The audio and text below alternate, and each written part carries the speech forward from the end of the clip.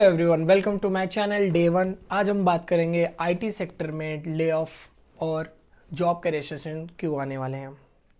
देखो, जॉब के जो प्रॉब्लम्स हैं वो तो all over the all sector है, बट हमारे इंडिया में सबसे ज़्यादा एक्सपोर्ट अगर कोई चीज़ होती है तो वो है आईटी सर्विसेज।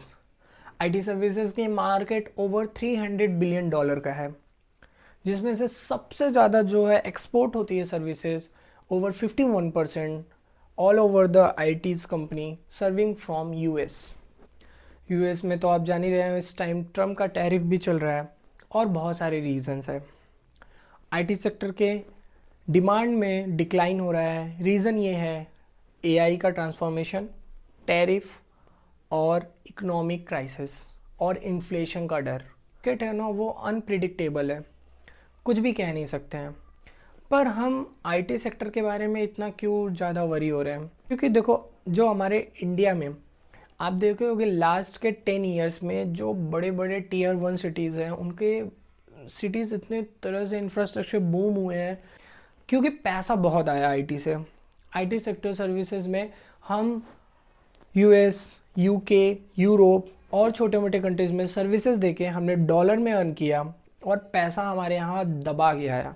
आईटी सेक्टर के जितने भी एम्प्लॉई हैं वो मोटी मोटी सैलरी पे काम किए, पर अब उनके लिए बहुत ज़्यादा टेंशन की बात ये हो गई है कि मार्केट में अब डिमांड नहीं है।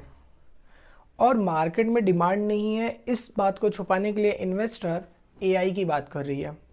क्योंकि देखो, बहुत सारे इन्वेस्टर का यूएस में हो गए चाहे यूके में हो गए, ऑल ओवर द ग्लोबल, मतलब जो बड़े बड़े इन्वेस्टर हैं ना, उनका सबसे ज़्यादा इस टाइम कैपिटलिस्ट इन्वेस्टमेंट अगर किसी चीज़ में हुआ है, मैक्सिमम लोगों का आईटी बैकग्राउंड में जो भी इन्वेस्ट कर वो एआई पे किए हैं।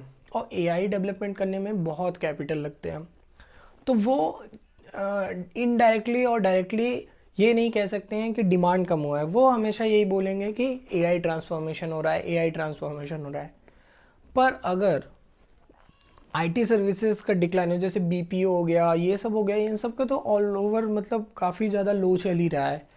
और अभी भी जो हमारे यहाँ डेवलपर हैं और वेबसाइट ग्राफिकल, ये सारी चीज़ के जो भी सर्विस प्रोवाइड करते हैं, उनके यहाँ डिमांड की कमी भी आई है। सेक्टर के कंपनीज है, टॉप कंपनीज लाइक अपने इंडिया में इन्फोसिस है, विप्रो है, टीसीएस है, ये सारे प्रॉफिट तो अच्छा कर रहे हैं, बट अब इन्होंने क्या कर दिया है, हायरिंग में बहुत ज़्यादा कमी कर दिया है।